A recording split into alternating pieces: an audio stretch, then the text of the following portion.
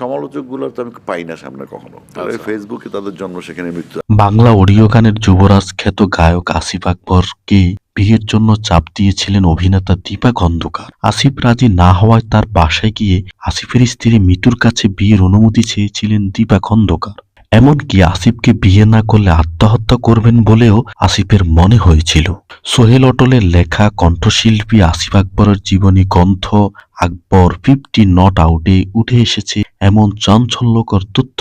সাম্প্রতিক সাহস পাবলিকেশন থেকে বইটি প্রকাশিত হয়েছে। বইয়ে আসিফ ও দীপার প্রেমের উপক্ষণ বিস্তারিতভাবে বর্ণনা করেছেন লেখক সোহেল অটল। বইটি পড়ে জানা যায়, শিল্পী হিসাবে প্রতিষ্ঠা পাওয়ার পর আমেরিকায় ট্যুরে গিয়ে আসিফ দীপার ঘনিষ্ঠতা হয়। সেখানে তাদের প্রেমের সূত্রপাত হয়। টানা কয়েক বছর প্রেম করার পর আসিফ আকবরকে বিয়ের জন্য চাপ দেন দীপা খন্দকার। আসিফের স্ত্রী সন্তানকে ছাড়তে বলেন দীপা। আসিফের এই বইয়ে লেখা আছে, আমেরিকা থেকে শুরু হয় তাদের সম্পর্ক। আমেরিকা থেকে দেশে ফেরার পর আসিফ তাকে বিয়ে করছেন না।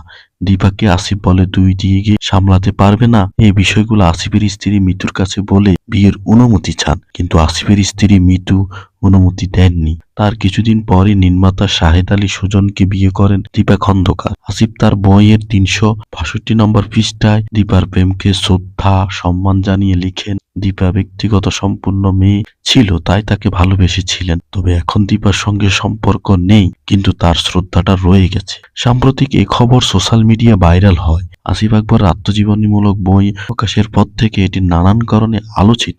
বইটি তার ক্যারিয়ার, বন্ধুত্ব, বিশ্বাসঘাতকতা, প্রেম জীবন, অপ্রকাশিত অধ্যায় উঠে এসেছে বলে দাবি করছেন পাঠকরা। সাম্প্রতিক আসিফ আকবর ক্রিকেট বোর্ডের পরিচালক হয়ে সৃষ্টি করেছেন নানান বিতর্ক। তার জন্য বাংলাদেশ দল বিশ্বকাপ বয়কট করেছে এবং ক্রিকেট দলের নানাবিধ ক্ষতি হয়েছে। এছাড়া সাকিবুল হাসানকে ঘিরে নানান বিতর্ক সৃষ্টি করেছেন এই আসিফ আকবর।